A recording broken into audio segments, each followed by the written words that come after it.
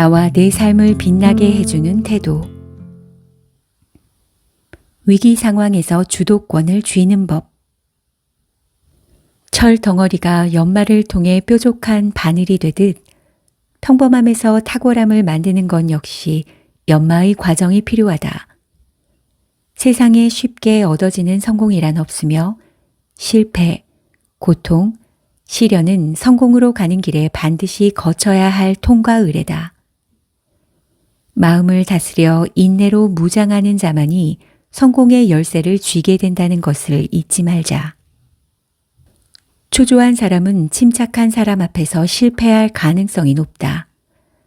초조하고 불안한 마음에 휩싸이면 자신이 처한 상황을 객관적으로 판단할 여유가 없어 차분하게 대책을 생각하지 못하고 결국 상대에게 빈틈을 보이기 때문이다. 논쟁에서 우위를 점하려면 먼저 마음을 가라앉히고 기회를 다스려야 한다. 상대가 초조해지기 시작하면 이제 주도권은 당신 손에 쥐어진 것이다. 그렇다면 주도권을 잡기 위한 구체적 방법은 무엇일까? 첫째, 타이밍을 기다리자. 침착함을 유지하고 마음을 다스려 상대방이 어떤 수단과 방법을 쓴다 해도 태연함으로 일관해야 한다.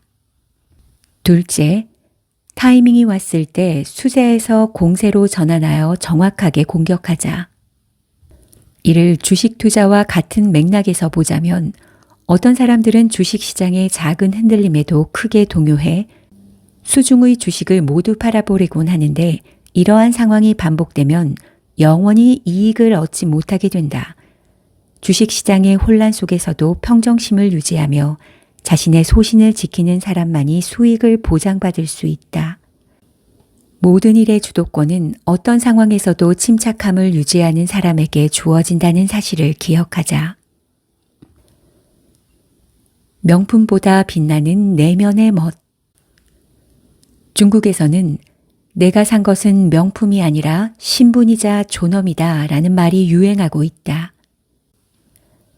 요즘 사람들은 겉모습을 지나치게 중시하며 시간, 돈, 에너지를 쏟아가며 한마디로 우월한 삶 퍼포먼스를 한다. 하지만 자신의 허영심으로 가득 찬 풍선이 곧 터지기 일보 직전이라는 것은 자각하지 못한다. 대부분 명품 한두 개쯤은 있어야 사람들 앞에서 기죽지 않지라고 생각하며 자신의 소비를 합리화시키곤 한다. 물론 경제적으로 여유롭다면 명품으로 과시욕을 채운다 해도 문제될 건 없다.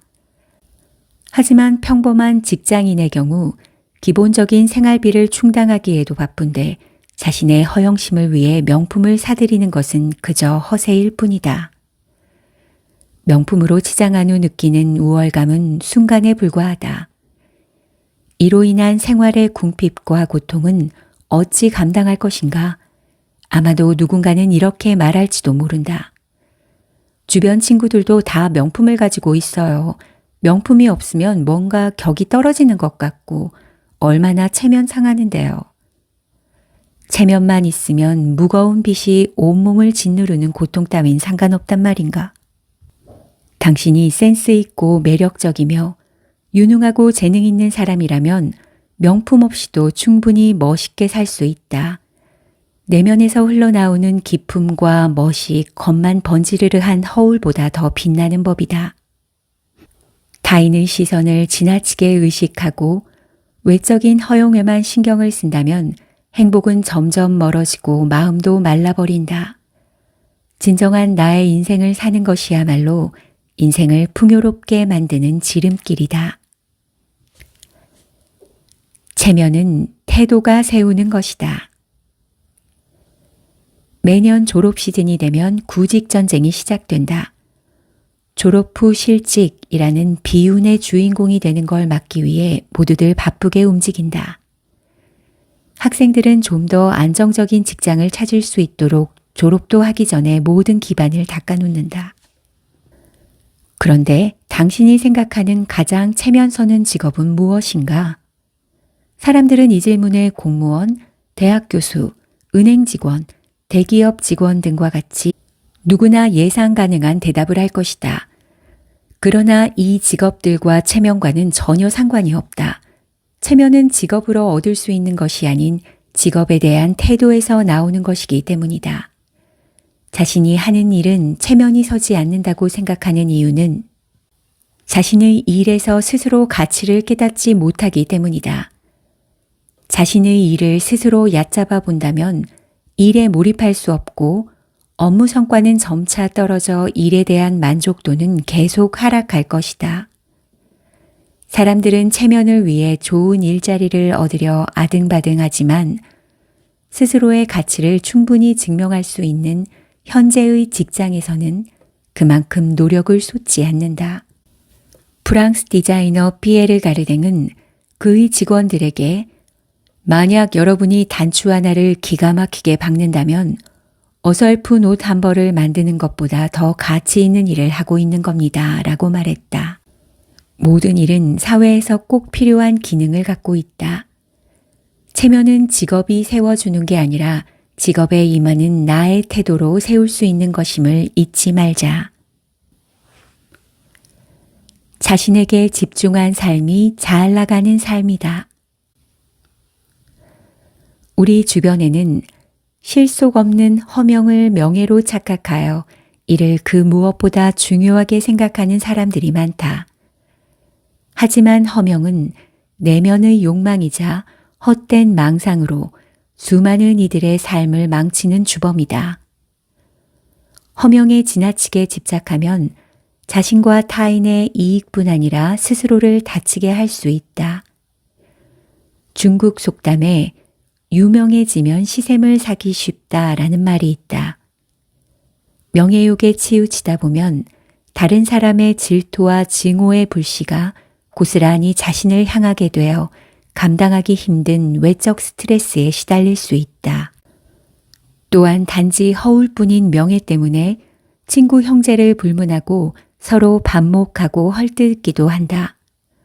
그러나 인내에 능하고 허명을 쫓지 않는 사람은 타인의 인정과 존중을 받아 진정한 명성을 얻는다. 그럼에도 사람들은 허영심이 무의미하고 부질없다는 것을 알면서도 자신도 모르게 허영심을 쫓는다. 그저 헛된 욕심에 불과한 허명 때문에 스스로를 지치게 하지 마라. 허영심을 쫓는 사람들은 잘 나가는 친구와 어울리면 자신이 체면이 선다고 생각하지만 이는 그저 스쳐 지나가는 짧은 인연에 불과하다. 다른 사람 앞에서 체면을 내세우는 것은 자존감을 표현하는 방식이기도 하지만 여기에만 매달려 현실에 맞지 않게 무리해서 쫓다 보면 당신이 얻은 모든 것이 헛된 하룻밤의 꿈이었음을 알게 될 것이다. 사람은 누구나 크고 작은 허영심을 갖고 있기에 적정선을 지키는 것이 무엇보다 중요하다. 부질없는 허영심을 버리고 인내심을 유지하다 보면 오히려 뜻밖의 수확을 얻게 될 수도 있다. 빈 껍데기 허영을 버리고 오롯이 자신에게 집중한 삶을 사는 것이야말로 진정 잘 나가는 삶이 아닐까? 내 삶을 빛나게 해주는 보석을 찾아라. 있는 척 허세를 부리면 잠깐 남들의 부러움을 살 수는 있지만 조건이 여의치 않는 상황에서의 무리한 허세는 오히려 고생길을 자초하는 것이나 다름없다. 능력이 없는 사람이 남의 시선을 의식해서 큰 소리 쳐봤자 사람들이 그 능력을 알아줄 리 만무하다.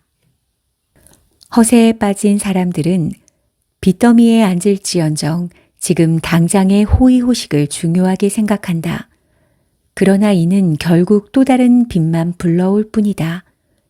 물론 누구나 풍요로운 삶을 원한다.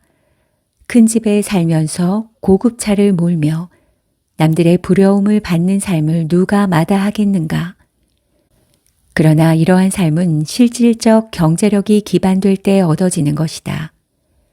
자신의 현실을 마주하고 지금 얻고자 하는 것들, 하고자 하는 것들이 남들에게 보여지기 위한 것들은 아닌지 곰곰이 생각해보고 지금부터라도 고생길을 자처하는 허세는 버리고 현실 속에서 내 삶을 빛나게 해줄 숨은 보석들을 찾아보자.